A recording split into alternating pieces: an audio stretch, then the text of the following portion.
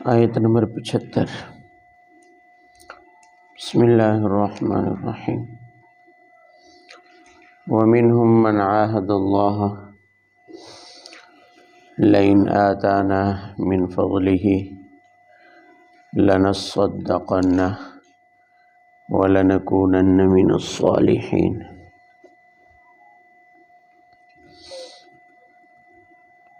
یہاں سے آگے 4 آیات۔ شأن نزول کل بتایا تھا، وہ ثعلبہ بن حاطب انصاری سے متعلق یہ آیات نازل ہوئی۔ مختصر یہ کہ جو حضرات نہیں تھے وہ بھی سن لیں۔ منافق تھا ثعلبہ بن حاطب، اس نے آپ صلی اللہ علیہ وسلم سے دعا کروائی کہ اللہ تعالیٰ میرے مال میں اضافہ کرے تو میں اللہ کے حقوق ادا کروں گا، وعدہ کیا۔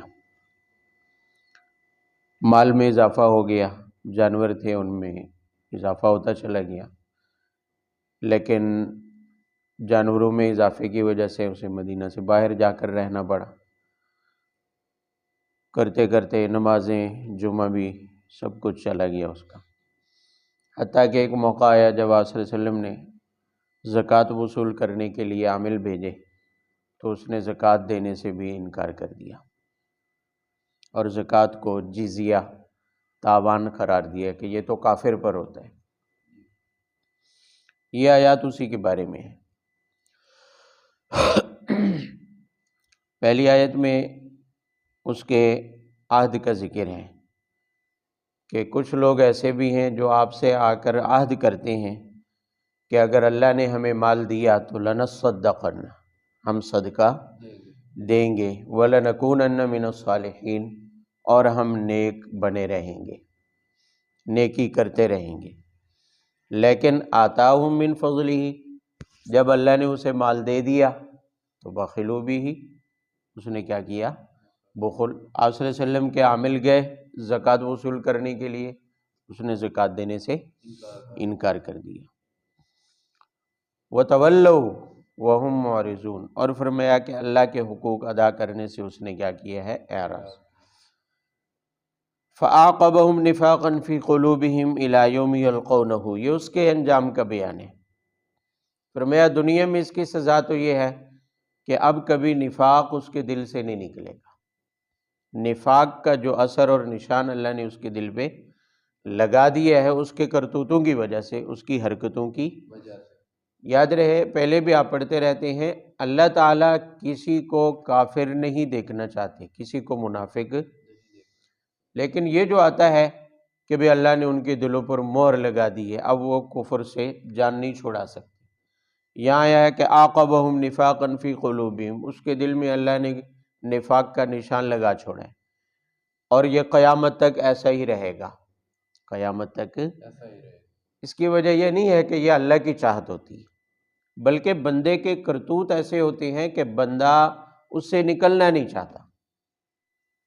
بندے کفر سے ضدی ہو جاتے ہیں، ہٹ درم ہو جاتے ہیں، دلائل واضح ہوتے ہیں، معجزات بھی دیکھ چکے ہوتے ہیں، لیکن ضد اور ہٹ درم کی وجہ سے خود کوشش نہیں کرتے نکلنے کی، تو پھر اللہ تعالیٰ ان کی کوشش نہ کرنے پر انہیں توفیق بھی چھین لیتے ہیں ان سے۔ بات سمجھ؟ جیسے ہم میں یہاں یہ تو بطور منافق یا ضدی کافر کی علامت کیا ہے کہ وہ گناہ سے نکلنا نہیں چاہتا، کوشش ہی نہیں کرتا ہے۔ یہ علامت آج کل ہم میں بھی پائی جاتی ہے، ہم میں سے ہر ایک کی یہ خواہش ہوتی ہے۔ بہت سارے لوگ یہ چاہتے ہیں کہ بھئی مانتے بھی ہیں کہ مثلا جھوٹ گناہ ہے۔ کل میں نے عرض کیا تھا جیسے بہت سارے لوگ مانتے ہیں گانا سننا کیا ہے؟ گناہ ہے۔ میوزک، موسیقی سننا کیا ہے؟ گناہ ہے۔ زنا کو، سود کو، بہت ساری چیزوں کو گناہ سمجھتے ہیں، لیکن اس سے جان چھڑانے کی کوشش نہیں کرتے۔ ہاں، یہ خواہش ہوتی ہے کہ پوری دنیا سچی ہو جائے، ہر کوئی سچ بولے، یہ خواہش سب کی ہوتی ہے۔ یہ خواہش سب کی ہوتی ہے کہ بھی جھوٹ بولنا لوگ چھوڑ دیں، سود کھانا، خیانت کرنا چھوڑ دیں. یہ چاہت سب کی ہوتی ہے لیکن کوشش خود نہیں کرتی. اللہ تعالیٰ کی طرف سے جو توفیق کا فیصلہ ہوتا ہے نا کسی کام کے، وہ اللہ تعالیٰ کی توفیق اس پر ملتی ہے کہ بندہ کوشش کرے. گناہ ہے اس سے نکلنے کی کوشش کرے تو اللہ توفیق دے دیتے ہیں نکلنے کی. نیکی پر آنے کی کوشش کرے تو اللہ تعالیٰ نیکی کی توفیق دے دیتے ہیں. وہ ایک بدو تھا، بدو عربی میں بدو کہتے ہیں، وہ جنگلی، جنگل کے رہنے والے دیہاتی. کسی نے دیکھا کہ دیہاتی وہ بدو بیٹھا ہے اور اس کے سامنے اس کا کتا سسک تڑپ کر مر رہا ہے اور بدو کی آنکھوں سے آنسو ہیں، رو رہا ہے. تو اس دیکھنے والے نے پوچھا کہ کیوں رو رہے ہو؟ اس نے کہا دیکھتے نہیں ہو میرا یہ کتا میرا بہت زیادہ وفادار تھا اور یہ میرے سامنے تڑپ تڑپ کر جان دے رہا ہے، تو مجھے اس کا افسوس ہو رہا ہے. تو دیکھنے والے نے پوچھا کہ یہ بتاؤ یہ مر کیوں رہا ہے، ہوا کیا ہے اس کو؟ تو وہ کہنے لگا یہ بھوک کی وجہ سے مر رہا ہے، کھانے کے لیے کچھ نہیں ہے، بھوک کی وجہ سے مر رہا ہے. اس بدو کے سامان کی طرف دیکھا اس نے تو اس کے سامان میں تھیلا روٹیوں کا بھرا ہوا تھا، روٹیوں کا تھیلا بھرا ہوا پڑا ہے. اور اس نے کہا نکمے، یہ تھیلا تیرے پاس روٹیوں کا بھرا ہوا ہے اور تجھے پتا ہے کہ یہ بھوک کی وجہ سے مر رہا ہے، تو روٹی کھلا دے اسے، بچ جائے گا، بجائے آنسو بہانے کے روٹی کھلا دے اسے. تو بدو سیدھا ہو گیا، کہنے لگا یہ اس کے لیے تھوڑی ہے، یہ اس کے لیے تھوڑی ہے کہ میں اس کو کھلا دوں، میں نے اس لیے تھوڑی جمع کی ہے روٹیاں. تو اب دیکھیں وہ کتے کے مرنے پر غم بھی کر رہا ہے، رو بھی رہا ہے، لیکن اس کی جان بچانے کی کوشش کرے تو کر سکتا ہے، جان بچ جائے گی. ہماری حالت بھی وہی ہے کہ ہم برائیوں پر، گناہوں کے اوپر آنسو تو بہاتے ہیں، یہ فکر ہوتی ہے، چاہت ہوتی ہے کہ گناہ نہیں ہونے چاہیے، برائیاں نہیں ہونی چاہیے، لیکن ہم کوشش نہیں کرتے. اگر ہر بندہ جو گناہ کو گناہ سمجھتا ہے اور چاہتا ہے کہ پورا معاشرہ پاک ہو جائے، ہر کوئی چاہتا ہے کہ بھی پورے معاشرے میں انصاف ہو، خیانت نہ ہو، جھوٹ نہ ہو، دھوکہ نہ ہو، زنا نہ ہو، سود نہ ہو، حرام نہ کھایا جائے، غریب کو تنگ نہ کیا جائے، مظلوم پر ظلم نہ کیا جائے، ہر ایک یہ چاہتا ہے، لیکن خود اس سے باز آنے کی کوشش نہیں کرتے. تو یہ کوشش پر اللہ کی توفیق کے فیصلے ہوتے ہیں.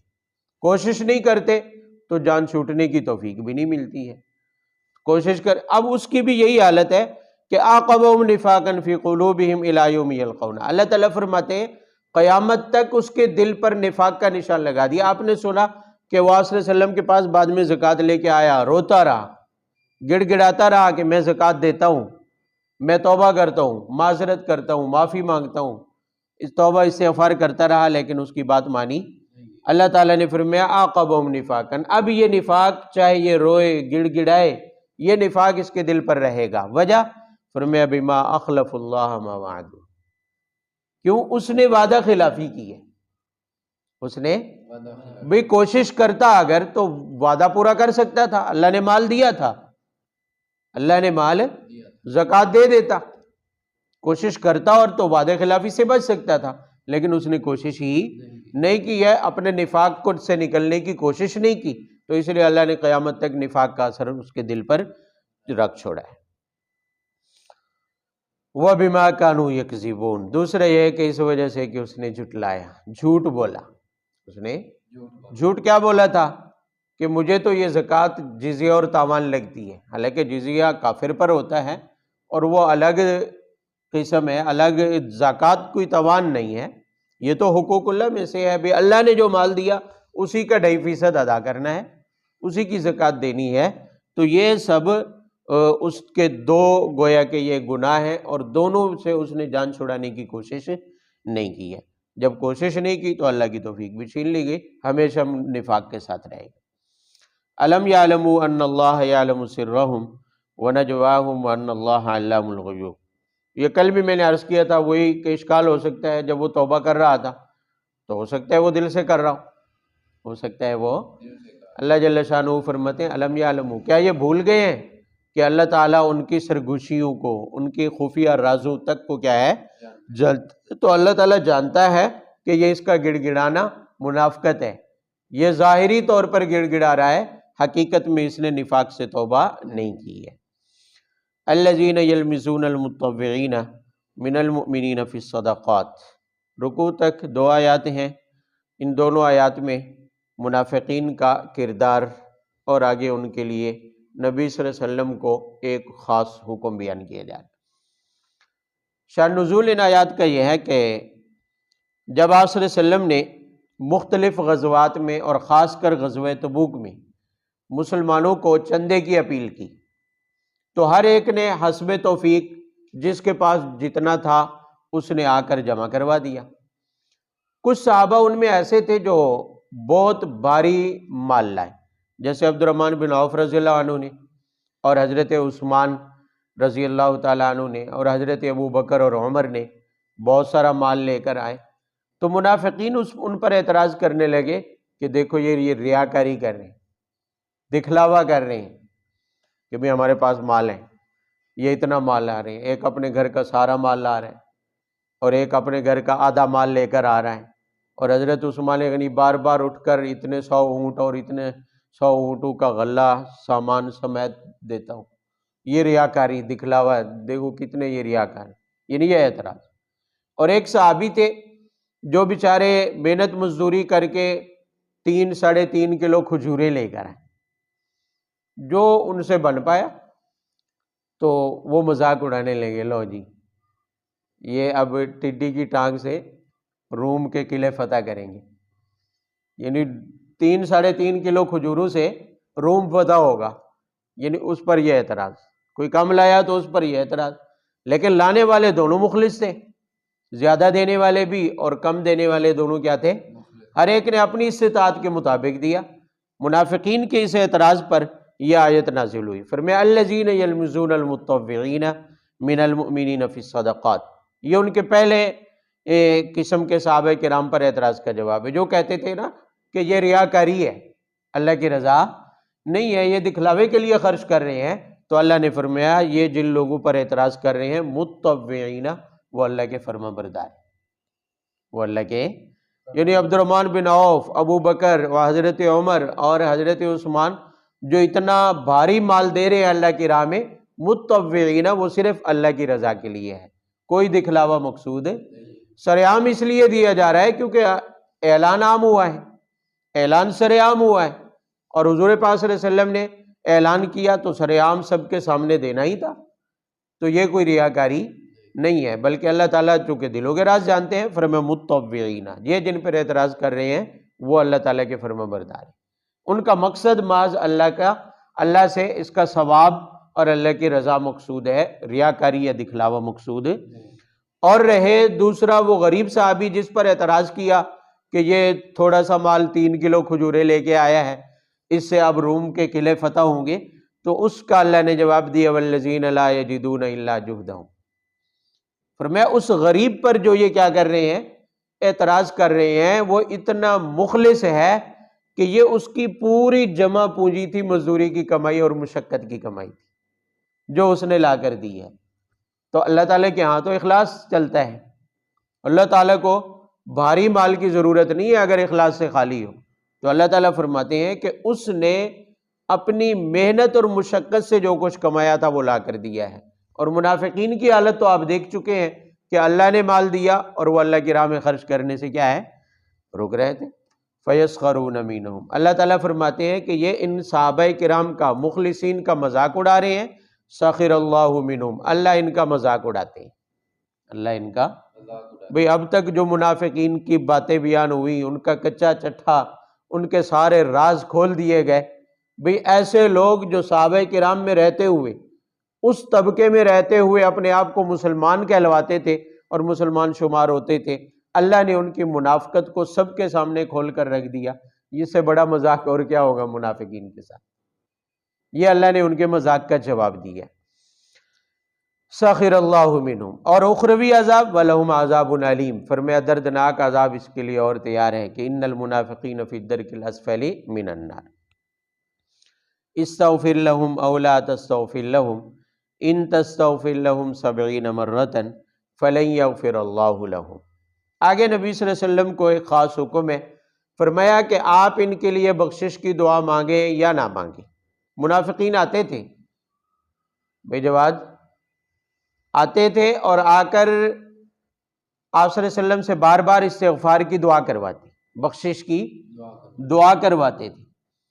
تو آپ صلی اللہ علیہ وسلم کو حکم دیا جا رہا ہے آپ کو اختیار ہے، آپ چاہیں تو ان کے لیے استغفار کی دعا کریں، آپ چاہیں تو ان کے لیے استغفار کی دعا نہ کریں، لیکن اللہ تعالیٰ کا فیصلہ یہ ہے کہ آپ 70 مرتبہ بھی ان کے لیے استغفار کریں تو لن یغفر اللہ لہم، ان کی بخشش نہیں ہوگی۔ بھی کہاں نبی آخر الزمان صلی اللہ علیہ وسلم کی دعا، کہاں آپ کا مقام و مرتبہ، 70 مرتبہ پھر دعا کریں، تو منافق کے حق میں 70 مرتبہ کی ہوئی دعا بھی نبی کی قبول نہیں ہوگی، اس لیے کہ گناہ بھاری ہے، جرم اس کا کیا ہے؟ بھاری ہے۔ تو پھر ہاں آپ کو اختیار ہے، آپ بخشش کی دعا کرنا چاہیں تو کریں، آپ کر دیا کرتے تھے، آپ تو رحمت للعالمین تھے، آپ تو مہربان تھے، جو بھی آتا دعا کی درخواست کرتا آپ دعا کر دیتے، لیکن حکم یہ ہے کہ منافق کے لیے آپ کی دعا قبول نہیں ہو۔ آگے اس کی وجہ ارشاد فرمائی ہے، اس لیے کہ بِأَنَّهُمْ كَفَرُوا بِاللَّهِ وَرَسُولِهِ، انہوں نے اللہ اور رسول کا انکار کیا ہے، وَاللَّهُ لَا يَهْدِي الْقَوْمَ الْفَاسِقِينَ، اور اللہ تعالیٰ ایسے نافرمانوں کو کبھی ہدایت نہیں دیں گے، جو کوشش نہیں کرتا ہدایت پر آنے کی تو اسے اللہ تعالیٰ ہدایت نہیں دیتے ہیں۔ فَرِحَ الْمُخَلَّفُونَ بِمَقْعَدِهِمْ خِلَافَ رَسُولِ اللَّهِ وَكَرِهُوا أَن يُجَاهِدُوا بِأَمْوَالِهِمْ وَأَنفُسِهِمْ فِي سَبِيلِ اللَّهِ وَقَالُوا لَا تَنْفِرُوا فِي الْحَرِّ۔ پچھلے رکوع کے آخر میں جو جملہ فرمایا کہ وَاللَّهُ لَا يَهْدِي الْقَوْمَ الْفَاسِقِينَ، اللہ ان کی بخشش نہیں فرمائیں گے، انہوں نے اللہ اور رسول کا انکار کیا ہے اور یہ فاسق ہیں اور اللہ فاسق کو ہدایت ہے۔ آگے ان کے وہی فسقیہ اعمال بتائے۔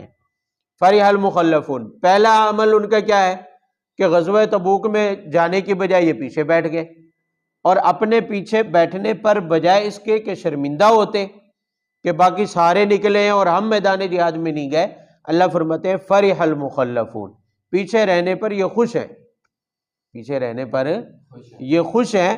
تو فرمایا ایک تو ان کا برا عمل یہ ہے، یہ ان کا فسق ہے، اور وَكَرِهُوا أَن يُجَاهِدُوا بِأَمْوَالِهِمْ وَأَنفُسِهِمْ، دوسرا یہ ہے کہ بیٹھنا ایک طبی سستی کی وجہ سے بھی ہو سکتا ہے، لیکن بندے میں اللہ کے حکم پر عمل کا جذبہ تو ہونا چاہیے، لیکن ان کی حالت یہ ہے کہ یہ میدان جہاد میں اپنی جان اور مال کے ذریعے جہاد کو ناپسند کرتے ہیں، جہاد کو بھئی ایک تو منافقت یہ کہ میدان میں نہیں نکلتے، دوسرا یہ ہے کہ جہاد انہیں پسند بھی نہیں ہے، جہاد انہیں اس لیے کہ مشقت والا کام ہے، اور جس کا ایمان یہ ہے، جس کا ایمان ہی یہ ہے کہ اللہ تعالیٰ کے حکم کو اس نے نہیں ماننا، نبی کی نبوت کو اس نے نہیں ماننا ہے، تو وہ شریعت کے احکام کو کیسے مانے؟ اس لیے فرمایا کَرِهُوا أَن يُجَاهِدُوا، وہ جہاد کرنے کو کیا کرتے ہیں؟ ناپسند کرتے ہیں، یہ بھی منافقی ایک علامت ہے۔ اور تیسرا یہ ہے کہ وَقَالُوا لَا تَنْفِرُوا فِي الْحَرِّ، خود تو نہیں گئے، دوسروں کو بھی روکتے رہے کہ رہ جاؤ، اتنی شدید گرمی میں کیا کرو گے جا کے، جان جوکھم میں ڈالنے کی کیا ضرورت ہے، مشقت اٹھانے کی کیا ضرورت ہے؟ پھر اس وجہ سے انہیں کہا گیا ہے کہ لا یہدی، ایسے نافرمانوں کو اللہ تعالیٰ ہدایت نہیں دے سکتے ہیں۔ قُلْ نَارُ جَهَنَّمَ أَشَدُّ حَرًّا، یہ ان کے آخری بات کا جواب ہے جو کہتے تھے لوگوں کو کہ گرمی ہے، گرمی میں کیا کرو گے جا کے، لا تنفروا، نہ نکلو۔ اللہ فرماتے ہیں یہ بھول گئے ہیں، نار جہنم اشد حرا، یہ دنیا کی گرمی کے مقابلے میں جہنم کی آگ تو اس سے بھی زیادہ سخت ہے، جہنم کی آگ اس سے سخت۔ میدان جہاد کی سختی، مشقت، پھر گرمی کی مشقت یہ الگ ہے، اس کے مقابلے میں جو جہنم میں ڈالا جائے گا اس کی گرمی اور تپش اس سے بھی کیا ہوگی زیادہ۔ کیوں؟ اس لیے کہ یہ تو عارضی ہے، تبوک میں سفر کا جو وقت لگا آپ نے 2 مہینے وہاں قیام فرمایا، تو گویا 2-3 مہینے 2-2.5 مہینے میں ختم ہو گئی وہ مشقت، میدان جہاد میں لڑنا بھی نہیں پڑا، صرف سفر کی مشقت تھی جو تھی، لیکن جہنم کی مشقت ختم ہونے والی، جہنم کی گرمی ختم ہونے والی، ایک تو وہ گرم تر ہے، یعنی دنیا کی گرمی سے زیادہ گرم ہے، اور دوسرا یہ ہے کہ وہ ہمیشہ رہنے والی ہے، کبھی ختم ہونے والی نہیں۔ لو کانوا یفقہون، اللہ تعالیٰ فرماتے کاش کہ یہ سمجھتے ہوتے۔ کس بات کو؟ وہ اگلی آیت میں بیان فرمایا ہے، فرمایا کہ فَلْيَضْحَكُوا قَلِيلًا وَلْيَبْكُوا كَثِيرًا۔ نہیں سمجھے بات کو؟ اس جملے کے دو مفہوم، ایک تو یہ ہے کہ بھی اگر یہ جہنم کی سختیوں کو جان جاتے، جہنم کی جس کے اندر ہلکا سے ہلکا عذاب یہ ہوگا کہ جس ایک آدمی کے پاؤں میں آگ کا جوتا پہنایا جائے گا، یہ ہلکا ترین عذاب ہوگا، اور اس جوتے کی تپش اور گرمی کی وجہ سے اس کا دماغ ایسے کھولے گا جیسے ہنڈیا چولہے کے اوپر کھولتی ہے، یعنی یہ ہلکا سے ہلکا عذاب ہوگا۔ تو اللہ تعالیٰ فرماتے ہیں اگر یہ جہنم کی حقیقت کو اور اس کے عذاب اور سختیوں کو یہ جان جاتے تو پھر یہ ہنسنا کم کر دیتے اور روتے زیادہ۔ اور دوسرا مفہوم اس کا یہ ہے کہ یہ جو منافقین دنیا میں مذاق اڑا رہے ہیں جہاد کا، مسلمانوں کا، مخلص ایمان والوں کا، اسلام کا، شریعت کا، اور اس کے اوپر خوش ہو رہے ہیں، فرمایا ان کا یہ خوش ہونا تھوڑا ہے۔ فَلْيَضْحَكُوا قَلِيلًا، یہ تھوڑا سا عرصہ ہے ان کے پاس، ہنس لے، مرنے تک انہیں ڈھیل ہے، مرنے تک انہیں کیا ہے؟ مہلت ہے کہ یہ ہنس لے تھوڑا سا، اس لیے کہ یہ ان کا ہنسنا محدود وقت کے لیے ہے، زیادہ سے زیادہ یہ مسلمانوں کا مذاق اڑائیں گے اپنی موت تک، جب تک زندہ ہے مذاق اڑائیں گے، لیکن وَلْيَبْكُوا كَثِيرًا، انہیں لمبے عرصے کے لیے آگے رونا بھی ہے۔ جہنم میں جائیں گے تو ہمیشہ ہمیشہ کے لیے پھر کیا کرنا ہے؟ رونا ہے۔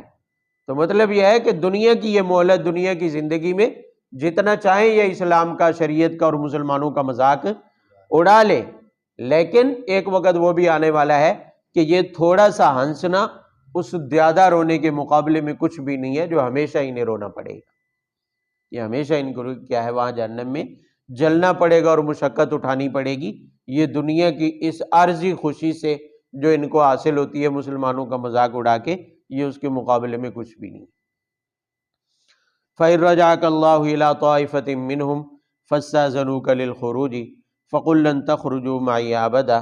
آگے دو آیات میں اٹل فیصلہ سنایا جا رہا ہے۔ غزوہ تبوک کے واقعات آپ پڑھ چکے ہیں، منافقین نے آپ صلی اللہ علیہ وسلم کی جان لینے کی کوشش کی، آپ صلی اللہ علیہ وسلم کا مذاق اڑایا، صحابہ کرام کا مذاق اڑایا اور بے ادبی کی۔ اسی طرح منافقین نے آپ صلی اللہ علیہ وسلم سے کے مقابلے میں عبداللہ بن ابی کے سر پر سرداری کا تاج رکھنے کی کوشش کی، سازشیں کی، ساری چالیں کی۔ تو اس آیت میں آپ صلی اللہ علیہ وسلم کو دو حکم دیے جا رہے ہیں۔ فرمایا آپ مدینہ میں لوٹتے ہی اعلان کر دیں کہ آج کے بعد کوئی منافق نہ تو میدان جہاد کے لیے سفر میں نکلے گا اور نہ میدان جہاد میں تمہارے ساتھ کھڑے ہو کر کسی سے قتال کر سکے گا۔ آج کے بعد ان منافقین کو اس کی اجازت نہیں ہے، یہ پہلا حکم ہے۔ اور دوسرا حکم فرمایا آج کے بعد ان منافقین میں سے کوئی منافق اگر مرتا ہے تو لا تصلی علی احد منہم مات ابدا، کسی منافق کی نماز جنازہ آپ نہیں پڑھائیں گے، کسی منافق کی۔ اور دوسرا ولا تقم علی قبرہ، اس کی قبر پر کھڑے ہونے کی اجازت بھی نہیں ہے۔ بھئی آپ سراپا رحمت تھے، قبر پر کھڑے ہو جاتے تو عذاب میں تخفیف ہو جاتی، اور قبر پر کھڑے ہونے سے یہ مراد بھی ہو سکتا ہے کہ آپ قبر پہ کھڑے ہو کے دعا نہ مانگے، تو آپ کو منع کر دیا گیا ہمیشہ ہمیشہ کے لیے۔ فرمایا کسی منافق کی نماز جنازہ بھی نہیں پڑھانی اور اس کی قبر پر کھڑے ہو کر اس کے لیے دعائے مغفرت بھی نہیں۔ کیوں؟ انہم کفروا باللہ ورسولہ، کیونکہ وہ اللہ اور رسول کے منکر ہیں، اور جب وہ مرے ہیں تو کفر کی حالت میں مرے ہیں۔ منافق اب کبھی اپنے نفاق سے توبہ کرنے والا نہیں ہے۔ وجہ سے یہ آیت جو دوسری ہے یہ حکم ایک خاص پس منظر میں ہے، وہ واقعہ پہلے ہو چکا تھا، آیت بعد میں نازل ہوئی۔ یہ جو عبداللہ ابن ابی بن سلول تھا، غزوہ تبوک سے واپسی کے تھوڑے ہی عرصے بعد یہ مر گیا، انا للہ ہو گیا، اور اس کا ایک بیٹا تھا، وہ مخلص مومن تھا، مسلمان تھا. وہ آپ صلی اللہ علیہ وسلم کی خدمت میں آیا اور آ کر آپ صلی اللہ علیہ وسلم سے دعا کی درخواست کی، اور یہ درخواست کی کہ آپ میرے والد کے کفن کے لیے کرتا اپنا دے دیں برکت کے طور پر. تو آپ صلی اللہ علیہ وسلم مخلص مومنین کی ایسی درخواستیں رد نہیں فرماتے تھے. آپ نے اپنا کرتا عنایت فرما دیا. منافقین کا سردار ہے، اور آپ کی رحمت اور شفقت دیکھیں، جس کے کرتوت غزوہ بدر کے بعد سے شروع ہوئے اور غزوہ تبوک تک جاری رہے 9 ہجری تک. آپ صلی اللہ علیہ وسلم نے اپنی رحمت اور شفقت کی بنا پر کرتا اس کے بیٹے کے حوالے کر دیا، اس منافق کے لیے، بلکہ منافقین کے سردار کے لیے. اور آپ صلی اللہ علیہ وسلم اس کی قبر پر بھی تشریف لے گئے دعا کے لیے. حضرت عمر رضی اللہ تعالیٰ عنہ نے آپ صلی اللہ علیہ وسلم کو جاتے ہوئے منع کیا. عرض کیا اللہ کے رسول، اس کے کرتوت واضح ہیں، اس کی سازشیں، اس کی گستاخیاں، یہ وہی تھا. اس معاملے میں بھی جو پیش تھا حضرت اما عائشہ رضی اللہ عنہ پر جو تہمت لگائی گئی تھی، اس کا بھی اصل محرک وہی تھا. بھی اس کے سارے کرتوت واضح ہیں، اس کے باوجود آپ تشریف لے جا رہے ہیں. تو آپ صلی اللہ علیہ وسلم پھر بھی چلے گئے. کیوں گئے؟ اس لیے کہ پیچھے آپ پڑھ چکے ہیں، آپ کو اختیار دیا گیا تھا کہ آپ چاہیں تو بخشش کی دعا ان کے لیے کریں، چاہیں تو نہ کریں، لیکن قبول نہیں ہوگی. آپ کو دعا کرنے کا اختیار تھا تو آپ چلے گئے، کیونکہ آپ سراپا رحمت تھے. اس انجام کی پرواہ کیے بغیر کہ دعا قبول ہوتی ہے یا قبول نہیں ہوتی، لیکن آپ پھر بھی دعا کے لیے چلے گئے. اس کے فوراً بعد یہ آیت نازل ہوئی جس میں آپ کو منع کر دیا گیا. یہ آیات ان آیات میں سے ہے جو موافقات عمر کہلاتی ہیں. حضرت عمر رضی اللہ عنہ نے کوئی رائے یہاں زمین پر دی ہے اور اس کے موافق فیصلہ نازل ہوگی. حضرت عمر نے نبی صلی اللہ علیہ وسلم کو مشورہ دیا کہ آپ اس کے نماز جنازہ کے لیے نہ جائیں، اس کی دعا کے لیے نہ جائیں. آپ صلی اللہ علیہ وسلم چلے گئے، آیت نازل ہوئی اور منع کر دیا گیا کہ آج کے بعد کسی منافق کے جنازے میں آپ شریک نہیں ہوں گے.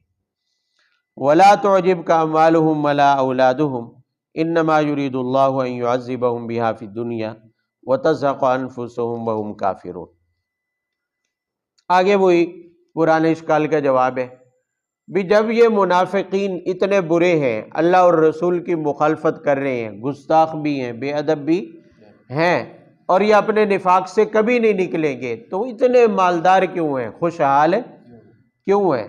اللہ کو ماننے والے مخلصین بعض اوقات نوالے کو ترس جاتے ہیں، اور جو کافر ہیں، فاسق فاجر لوگ ہیں، ہم بھی دیکھتے ہیں دنیا میں بڑا مال ہے ان کے پاس، کفار کے پاس بڑی دولت ہے، اور شرابیوں کے پاس، سود خوروں کے پاس بڑی دولت ہے، حرام خوروں کے پاس بڑی دولت ہے.